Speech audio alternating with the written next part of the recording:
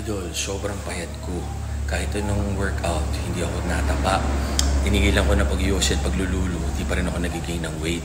Pahinging advice. Tapos nakita kita way 2007, way back sa Green Hills. Ibang-iba ka sa ibang artista, napaka-approachable mo, ang bait mo. Kaya hindi ko alam kung ba't ka nababash. Ako alam ko ba't ako nagbabash. Kasi pag binabash ka, ibig sabihin may ginagawa kang tama, may naiingit sa'yo. Usually yung mga ganyan, yung mga nasa ilalim mo. Wala naman mas na successful sa'yo pag aaksiyahan ka ng oras, di ba? So usually, yung mga nasa ilalim mo.